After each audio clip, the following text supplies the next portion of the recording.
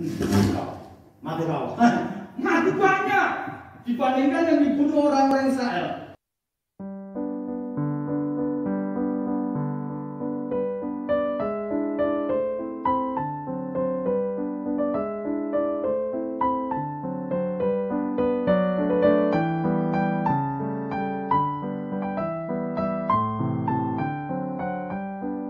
Penting adalah bagaimana kita setia kepada Tuhan, bagaimana kita akan memperoleh kemenangan yang dari Tuhan. Ya, memang boleh dikatakan pandemi ini merupakan tantangan kita untuk berperang, berperang mengalahkan diri sendiri dengan keegoisannya, berperang bagaimana kita bisa mentaati peraturan dengan baik. Saudara-saudara, kita berbicara tentang kemenangan. Kita sedang berbicara bagaimana memperoleh kemenangan juga. Hari ini kita akan merenungkan firman Tuhan dengan satu tema kemenangan yang gilang gemilang. Yang saya ambil dari kitab Yosua pasal yang ke-9 sampai dengan pasal 12. Oke, 3 pasal. Tapi kalau kita baca semua ini, maka selesailah kita langsung doa berkat. Karena cukup panjang. Maka kita baca saja pasal 9 tentang bagaimana kemenangan itu diperoleh. Yosua pasal 9 kita akan baca ayat 1 sampai dengan 15. Sebuah peristiwa yang melatar belakangi bagaimana Yosua telah dan akan memperoleh kemenangan-kemenangan itu. Dari satu peristiwa tentang pertemuannya dengan Gibeon, satu suku yang penduduknya itu kuat-kuat, gagah perkasa, disegani oleh musuh-musuh, bangsa Aram, bangsa Filistin, bangsa Kanaan pada umumnya. Tapi bangsa ini tunduk pada bangsa Israel. Saya baca ayat ganjil, Bapak Ibu baca ayat genap sampai dengan ayat yang ke-15. Ketika terdengar oleh raja-raja di sebelah barat Sungai Yordan, di pegunungan, di daerah bukit, dan sepanjang tepi pantai laut besar, sampai ke seberang gunung Libanon, yakni raja-raja orang Het, orang Amori, orang Kanaan, orang Feris, orang Hewi, dan orang Yebus.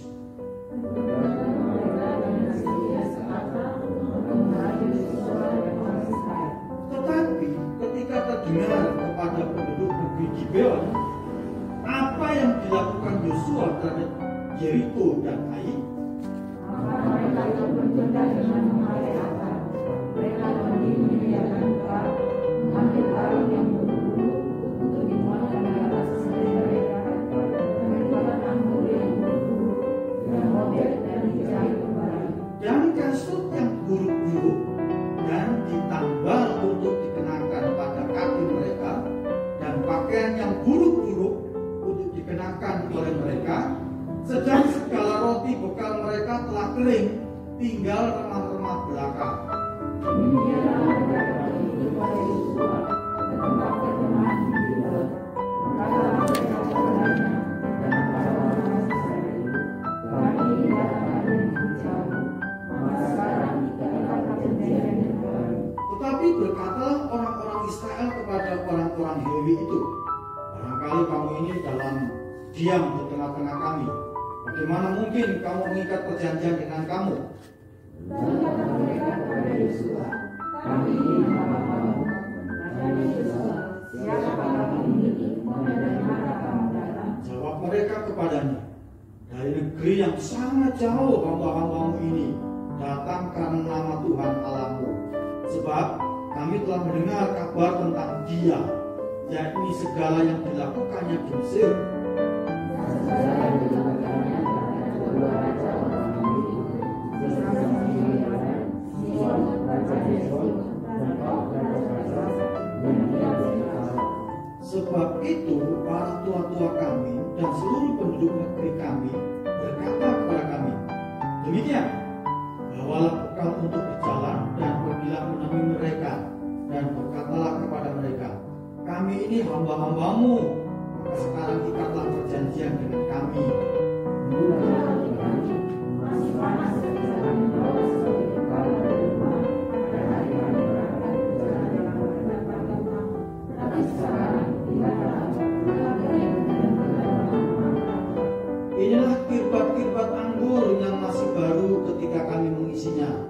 tetapi lihatlah, telah robek. Dan inilah pakaian dan kasut kami, semuanya telah buruk-buruk karena perjalanan yang sangat jauh itu.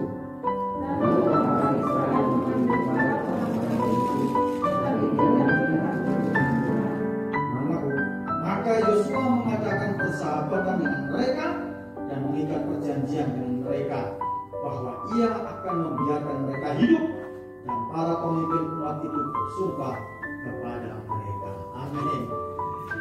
Ini kisah bangsa pura-pura miskin, bangsa pura-pura tak berdaya, alias panakuk. Ini bangsa Gibeon takut mendengar hebatnya Allahnya orang Israel itu. Ini seperti mengingatkan Rahab yang dengar Allahnya Israel sampai kemudian percaya kepada Allahnya Israel itu. Nah saudara, kalau Bapak Ibu membaca pasal 7, pasal 8 atau pasal 6, 7, 8, itu peristiwa-peristiwa kemenangan orang Israel di bawah kepemimpinan Yosua. Kalau Bapak Ibu baca pasal yang ke-6, tembok Yeriko roboh, jatuh juga Yeriko. Lalu pasal 7, bangsa Ai mengalahkan Israel, ya, tapi kemudian dikalahkan gara-gara ada satu keluarga namanya keluarga Akan itu menyembunyikan harta jarahan. Harusnya tidak boleh bicara. Lalu disitulah Tuhan marah sehingga bangsa Israel kalah dalam perang. Yosua tidak ngerti kenapa bisa kalah. Ternyata ada satu keluarga yang bikin dosa, lalu dirajam, dilempari batu, mati. Lalu kemudian Yosua pimpin perang melawan bangsa Ai, menang. Ada pemberesan. Ini juga bisa punya makna penebusan, bahwa upah dosa itu maut. Kalau ada yang berdosa harus dihukum. Nah, kemenangan demi kemenangan diraih oleh Yosua. Lalu Bapak Ibu kita lihat bagaimana pasal yang ke-8 itu, kita bisa baca Ai dibinasakan, ayat yang ke-30 sampai dengan 35, Yosua memimpin bangsa Israel untuk refreshing. Nah itu kata saya tadi pagi. Bagaimana setelah menang dari peperangan itu, orang Israel diharus refreshing. Refreshingnya bagaimana? Membuat mezbah, memberikan korban, dan juga bangsa Israel diajak untuk membaca Taurat, dekat dengan firman Tuhan. Itu masa-masa refreshing. Setelah itu perang lagi. Nah, pasal yang ke-9 perang lagi. Ini saya perhatikan generasinya Yosua ini generasi anak muda yang penuh semangat dibandingkan generasinya Musa. Memang betul generasi yang dipimpin Yosua nanti ini generasi yang masuk ke tanah Kanaan.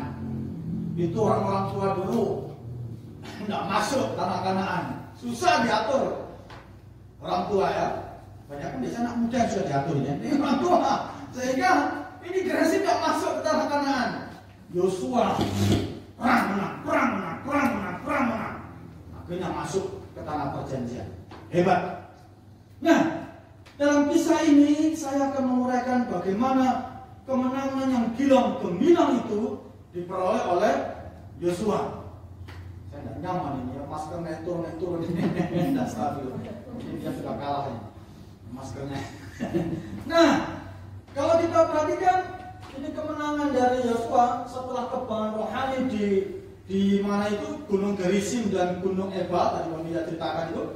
Nah, ini ada KKR di situ, mendirikan mezbah, bawa korban, baca Taurat. Itu peristiwa di pasal 8 ayat 30 sampai 35. Nah, mereka merayakan kemenangan itu. Selanjutnya kemenangan itu diperoleh lagi pada pasal 9. Ada akal-akalannya dari orang Gibeon. Pasal 10, Kanaan Selatan ditakutkan. Pasal 11, Kanaan Utara dikalahkan. Pasal 12, daftar raja-raja dikalahkan. Itu raja yang paling susah dikalahkan itu seperti Bapak Ibu baca tadi itu. Raja mana itu ayat yang ke-10 itu. Raja Amori ya. Raja Amori dan juga Raja Sihon Dan Og itu raja besar sekali. Tingginya itu hampir 3 meteran. Wah, itu susah dikalahkan, tapi Raja Og bisa kalah. Raja Amori kalah. Nah, tetapi nanti ini ada satu persekongkolan lagi. Ini belum tuntas kekalahan bangsa-bangsa ini. Mereka bersekongkol lagi untuk menyerang Israel. Kenapa? Karena lihat bangsa ini Gibeon itu kok kompromi dengan Israel. Ada tuh bangsa paling kuat. Kenapa bisa kompromi? Bisa berteman dengan Israel. Nah, saudara, pasal 9, 10, 11, 12. Inilah ada yang menarik di sini, yaitu ada akal. Akal itu saya pakai kata otak. Tapi ada juga okol. Okol itu bahasa Jawa ya. Okol itu sama dengan badan, kekuatan, secara fisik, ya. Tapi juga ada Tuhan di situ. Ada okol, ada akal, ada Tuhan. Kita pun bisa mengalahkan kemenangan itu, mengalami kemenangan demi kemenangan. Tapi caranya bagaimana? Saudara, kondisi seperti ini kita tidak mungkin bisa mengalahkan virus corona, kecuali kalau sudah divaksin. Tapi kita bisa mengalahkan situasi dalam hidup seperti ini, mengalahkan ego kita, mengalahkan apa yang menjadi tantangan hidup kita untuk meraih cita-cita. Mari kita belajar dari pribadi yang bernama Yosua ini dalam meraih kemenangan. Yang pertama, pasal 10 dikatakan di situ ayat 40. Demikian, ada kata berperang di situ. Pasal 10 ayat yang ke-40. Demikian firman Tuhan. Ya. Demikianlah Yosua mengalahkan seluruh negeri itu, pegunungan, tanah Negeb, daerah bukit dan daerah gunung beserta semua raja mereka. Tidak seorang pun yang dibiarkannya lolos, tetapi ditumpasnya semua yang bernafas, seperti yang diperintahkan Tuhan Allah Israel. Ayat yang ke-41. Yosua menewaskan mereka dari Kades Barnea sampai Gaza, juga seluruh tanah Gosen sampai Gibeon. Ayat 42. Semua raja ini dan negeri mereka telah dikalahkan Yosua sekaligus, sebab yang berperang untuk orang Israel ialah Tuhan Allah Israel. Ayat 43. Kemudian Yosua dengan seluruh Israel pulang kembali ke tempat perkemahan di Gilgal. Bapak itu bisa garis bawahi, saya menggaris bawah di sini, sebab yang berperang untuk orang Israel ialah Tuhan Allah Israel. Yang berperang untuk orang Israel adalah Tuhan Allah Israel. Bagaimana kita bisa memperoleh kemenangan? Andalkanlah Tuhan. Dia yang berperang untuk tantangan hidup kita. Nah, saudara, kata berperang ini masih diulang lagi kalau Bapak Ibu baca di dalam ayat pasal 10 ayat 11 sampai 12. Mari kita lihat pasal 10 ayat yang ke-11. Pasal 10 ayat yang ke-11 sampai dengan ayat yang ke-14. Saya bacakan lagi. Sedang mereka melarikan diri di depan orang Israel dan baru di lereng Bet-horon, maka Tuhan melempari mereka. Tuhan melempari mereka dengan batu-batu besar dari langit sampai ke Aseka, sehingga mereka mati. Yang mati kena hujan batu itu adalah lebih banyak dari yang dibunuh oleh orang Israel dengan pedang. Lalu Yosua berbicara kepada Tuhan pada hari Tuhan menyerahkan orang Amori itu kepada orang Israel. Ia berkata di hadapan orang Israel, matahari, berhentilah di atas Gibeon, dan engkau bulan di atas lembah Ayalon. Ayat 13. Maka berhentilah matahari dan bulan pun tidak bergerak sampai bangsa itu membalaskan dendamnya kepada musuhnya. Bukankah itu telah tertulis dalam kitab orang jujur? Matahari tidak bergerak di tengah langit dan lambat laun terbenam kira-kira sehari penuh. Ayat 14. Belum pernah ada hari seperti itu, baik dahulu maupun kemudian, bahwa Tuhan mendengarkan permohonan seorang manusia secara demikian. Sebab yang berperang untuk orang Israel ialah Tuhan. Ulang lagi. Yang berperang untuk orang Israel ialah Tuhan. Saya garis bawahi lagi. Yang berperang untuk Israel adalah Tuhan. Saudara sekalian, yang berperang untuk orang Israel adalah Tuhan. Kalau Tuhan yang berperang, kita bukan berarti tidak usah apa-apa. Apa yang perlu kita lakukan? Saudara, ini kitab Orang Jujur. Ini adalah kitab yang boleh dikatakan itu seperti kitab yang menceritakan misteri-misteri yang dalam kehidupan orang Israel. Tapi ini fakta bahwa memang matahari pernah berhenti, tanda kutip. Secara akal tidak mungkin matahari berhenti. Kalau bumi berhenti boleh. Kan namanya matahari itu tidak bergerak. Bumi yang bergerak mengelilingi matahari disebut dengan revolusi industri. Revolusi. Iya kan? Kalau bumi bergerak pada porosnya disebut rotasi. Kenapa ini Alkitab mengatakan matahari berhenti? Saudara, mengapa disebut matahari berhenti? Ini ingin mengatakan kepada musuh-musuh Israel, dalam hal ini Kanaan. Orang-orang Kanaan itu sangat mendewakan namanya matahari. Ketika mereka melihat matahari berhenti, tanda kutip, disitulah kekalahan luar biasa. Pertanyaannya, benarkah ini terjadi? Kalau ini terjadi, mungkinkah dalam ilmu antariksa atau ilmu perbintangan dan sebagainya? Satu penelitian namanya Merlin di Amerika, ini perusahaan antariksa yang sering meluncurkan satelit. Perusahaan ini perusahaan yang mempelajari perputaran bintang, perputaran langit. Selalu, jadi kalender itu selalu diselidiki supaya tepat ketika nanti satelit diluncurkan, tidak bertabrakan dengan meteor, tidak bertabrakan dengan benda-benda planet. Itu diselidiki terus. Nah, satu ketika perusahaan ini betulan, ini sedang mengkaji bagaimana komputer itu bisa ditarik mundur 100 sampai 1000 tahun. Jadi apa ya istilahnya, kalender komputer kan kalau kita lihat laptop kan bisa mundur loh. Bahkan tahun depan kan bisa kita lihat 2021 kita sudah lihat dan seterusnya. Ternyata setelah ditarik 100 sampai 1000 tahun, komputer itu berhenti. Hang. Mereka bingung kenapa bisa begini. Mereka mau lihat data 100 sampai 1000 tahun yang lalu. Dipanggillah ahli komputer untuk suruh memperbaiki. Diperbaiki. Dia bilang sudah boleh. Dibuka lagi, nggak bisa lagi. Bingung apa yang salah. Ahli komputer perbaiki lagi. Ini saya sudah perbaiki, tapi kok nggak bisa fungsi lagi. Bingung. Lalu perusahaan dari ini karyawannya ada yang berdiri. Saya ingat, ini orang Kristen.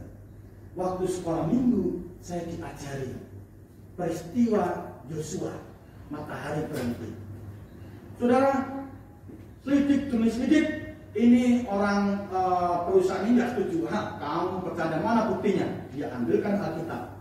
Yosua pasal 10 ini jadi bukti.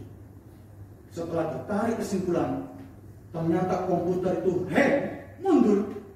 Ada 1 jam yang hilang, yang tidak ketemu, yaitu 23 jam 20 menit tidak berfungsi. Satu hari kan 24 jam. Ini yang berhenti 23 jam 20 menit. Wah, bagaimana ini? Kan harusnya 24 jam. Bapak Ibu tahu, ini tidak berhenti, kurang 40 menit. Syukur Tuhan pakai anak Tuhan yang di perusahaan itu. Saya ingat Yesaya 38. Yesaya 38 ayat yang ke-8 mungkin ya. Ya, coba. Sesungguhnya bayang-bayang pada penunjuk matahari buatan Ahaz akan kubuat mundur ke belakang 10 tapak yang telah dijalaninya. Maka pada penunjuk matahari itu, matahari pun mundur ke belakang 10 tapak dari jarak yang telah dijalaninya. Ini peneliti kembali melihat 10 tapak ini diteliti. Ini sama dengan 10 derajat. 10 derajat tepat ditemukan sama dengan 40 menit. Wah, mengherankan. Saya baca kisahnya ini. Betul tidak ini merinding soalnya. Bisanya ini 10 tapak disediakan oleh para ilmuwan sama dengan 40 menit. 10 derajat sama dengan 40 menit. Ini ilmu-ilmu perbintangannya. Sehingga kalau peristiwa Yosua berperang berhenti 23 jam 20 menit. Peristiwa Yesaya yang dicatat juga dalam 2 Raja pasal 20 berhenti 10 tapak sama dengan 40 menit. Kok 23 20 ditambah 40 menit. 1 jam. 1 hari. Matahari pernah berhenti. Ilmuwan sampai sekarang belum bisa percaya ini Alkitab. Mereka berpikir kalau matahari tidak dilingkari oleh bulan atau bumi, kalau bumi tidak berevolusi, itu sama dengan akan ada kecepatan angin yang luar biasa, yang katanya kecepatannya itu bisa 1675 km per jam. Bayangkan kalau bumi berhenti, kecepatan angin 1675 km per jam, manusia itu jadi apa? Wush, diterjang angin luas sedikit, wush, cepatnya luar biasa. Jadi tidak masuk akal kata para ilmuwan. Kalau bumi berhenti, orang bisa tabrakan. Sedangkan gempa aja tidak karuan, apalagi berhenti bumi. Saudara menginjakkan kaki ini, bumi sedang berputar, tapi tidak terasa karena gaya gravitasi. Tapi saudara, ini firman Tuhan mencatat betul peristiwa keajaiban Tuhan. Makanya tadi berkata Tuhan yang berperang untuk orang Israel. Baru kau rasa. Kira-kira Tuhan itu di atas langit. Mati kau. Mati banyak dibandingkan yang dibunuh orang-orang Israel. Nah, sudah dikasih Tuhan. Hidup ini untuk mencapai kemenangan. Andalkan Tuhan saya. Kalau dia sudah mulai berperang berkarya, di luar dugaan kita, kemenangan luar biasa. Kerangka program kita bisa tidak sesuai dengan kerangka pekerjaan Tuhan, tapi kerangka pekerjaan Tuhan itu luar biasa kita temui pada akhirnya. Kadang-kadang sering katakan kepada mahasiswa, kepada istri, pada anak saya, kalau Tuhan sudah memberkati, kewalahan kita bisa menerima. Ini bukan berkat ya, tapi begitulah pekerjaan Tuhan luar biasa. Karena kita lebih cepat mengeluh daripada mengerti peperangan yang Tuhan mau berikan. Dan dikasih Tuhan, raihlah kemenangan dengan mengandalkan Tuhan yang berperang untuk kita. Apa yang menjadi masalah hidup kita, masa depan kita? Jangan khawatir, no smoking, no problem. Tuhan pasti nyatakan kuasanya. Masa depan yang mau wisuda, yang mau menikah, yang mau masuk masa depan indah, Tuhan sudah siapkan. Asal saudara mengandalkan kekuatan Tuhan, dia luar biasa. Karena petunjuk menyertai kita, amin. Kalau Tuhan sudah mulai berperang, bukan hanya likuifaksi ya, kita tidak mendoakan ya. Dilempari batu itu orang-orang yang mau melawan, jangan lempari. Mungkin Pak Pendeta bisa aja mereka termasalah. Kalau mereka berani melawan pekerjaan Tuhan, kita sungguh mengandalkan Tuhan, kuat dalam beriman. Itu satu. Yang kedua, mari kita lihat di sini dalam Yosua pasal yang ke-11 ayat 21 ada kata berjuang di situ. Pasal 11 ayat 21 saya akan bacakan. Pada waktu itu Yosua datang dan melenyapkan orang Enak dari pegunungan, dari Hebron, Debir, dan Anak, dari seluruh pegunungan Yehuda dan dari seluruh pegunungan Israel. Mereka dan kota-kota mereka ditumpas oleh Yosua. Tidak ada lagi orang Enak ditinggalkan hidup di negeri orang Israel. Hanya di Gaza, di Gad, dan di Asdod masih ada yang tertinggal. Demikianlah Yosua merebut seluruh negeri itu sesuai dengan segala yang difirmankan Tuhan kepada Musa. Dan Yosua pun memberikan negeri itu kepada orang Israel menjadi milik pusaka mereka menurut pembagian suku mereka. Lalu amanlah negeri itu, berhentilah dari berperang. Saudara, ayat 23 katakan, demikianlah Yosua merebut seluruh negeri itu. Saudara dikasih Tuhan, bagian kedua yang mau kita terima dari firman Tuhan ini, pertama, Tuhan berperang. Di situ kita melihat rupanya kekuatan Tuhan luar biasa. Yang kedua, ada kata berjuang di situ. Ada usaha manusia. Jangan lupa, iman perlu perbuatan. Iman perlu ada bukti usaha. Kata berjuang ini sama dengan kata merebut yang dipakai. Berarti ada usaha, ada perjuangan. Nah, sudah dikasih Tuhan, kita memang harus dekat dengan Tuhan. Tetapi bukan berarti kita tidak berjuang. Usaha Yosua ini mendatangkan hasil. Berperang, berjuang, berperang, berjuang. Tapi ingat, perjuangannya dikatakan di sini seperti sesuai dengan yang difirmankan Tuhan kepada Musa. Artinya usaha untuk memperoleh kemenangan itu selalu sesuai dengan firman Tuhan. Orang Islam katakan yang penting halal. Tapi lebih dari itu, bahwa yang penting halal ini pengertiannya adalah dilakukan dengan hati yang takut pada Tuhan. Hidup Henok ini, kalau kita perhatikan ini, memang menggunakan okol kekuatannya pada saat dia berjuang. Tetapi Tuhan dia tempatkan pertama. Yosua memakai strategi. Dia pakai sumber dayanya. Dia pakai kebersamaan para umat Israel itu. Tetapi semua itu harus selaras dengan firman Tuhan. Supaya tujuan dan cara itu selalu benar. Apalah arti tujuan benar tapi caranya salah? Itu sama dengan salah. Sebaliknya, apalah cara yang benar tapi tujuannya salah? Itu sama dengan salah. Sudah dikasih Tuhan, masing-masing kita yang berada di tempat ini pastilah punya tujuan hidup ini, punya keinginan untuk mencapai apa yang kita doakan selama ini. Tapi lain-lain itu dengan cara-cara yang benar. Kadang-kadang orang tidak punya kesabaran untuk mencapai itu, maunya cepat sampai ke tujuan dengan cara yang tidak benar. Saudara bisa memperoleh kekuasaan atau kekayaan yang banyak, tapi itu jangan diperoleh dengan cara yang tidak benar. Sebab itu nanti pada akhirnya seperti Akan. Keluarga Akan maunya dapat menumpuk kekayaan, tapi dengan cara yang salah. Tuhan marah dalam pasal yang ke-9 itu, pasal 8.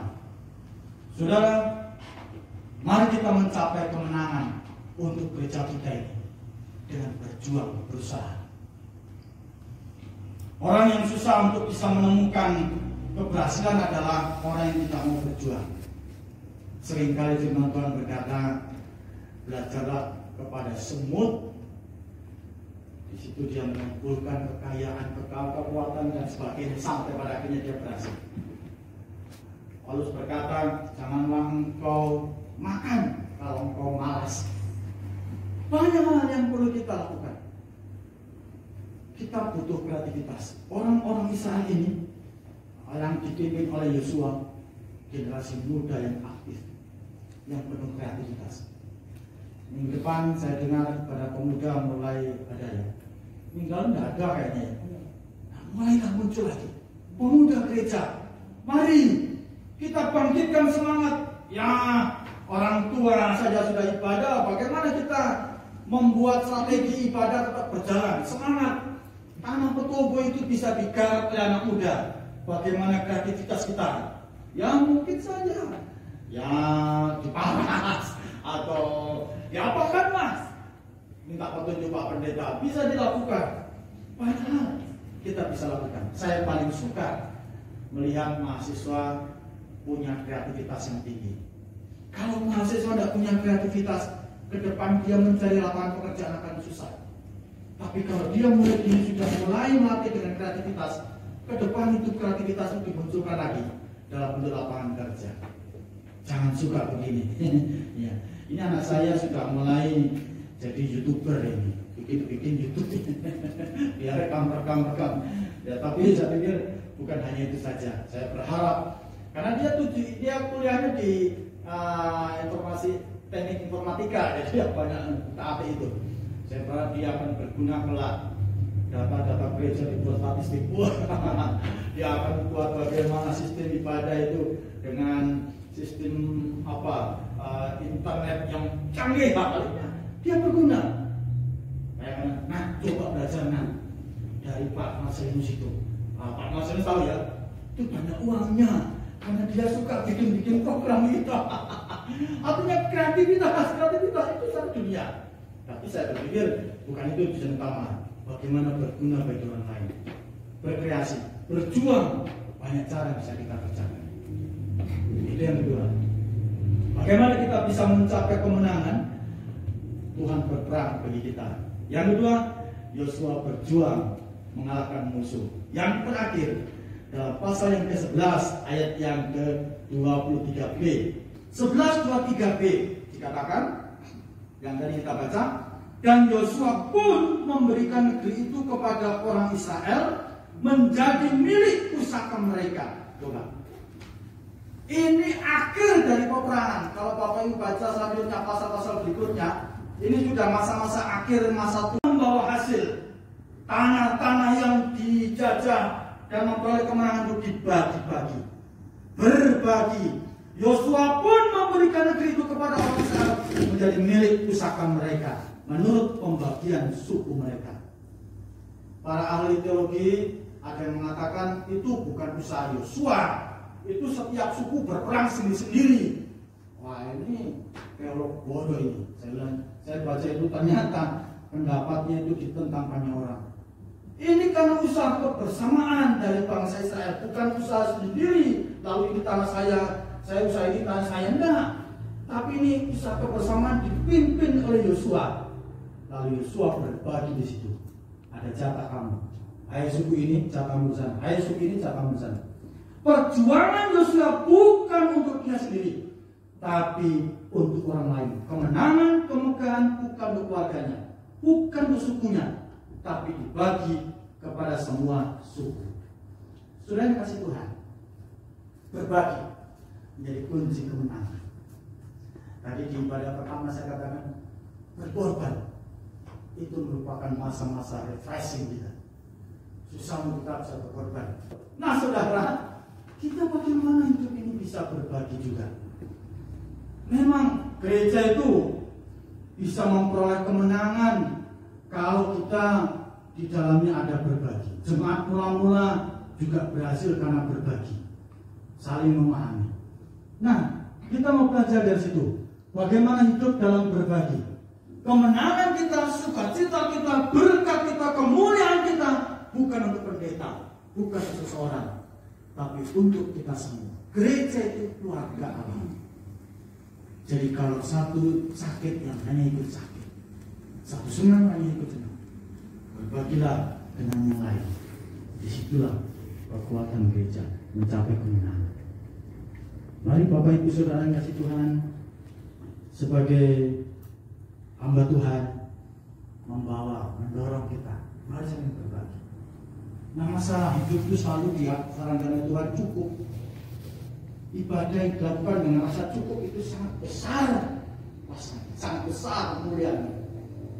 Jadi saudara, mari kita belajar untuk berbagi. Ya, kemarin kita sudah berbagi di PKB, banyak kita kerjakan.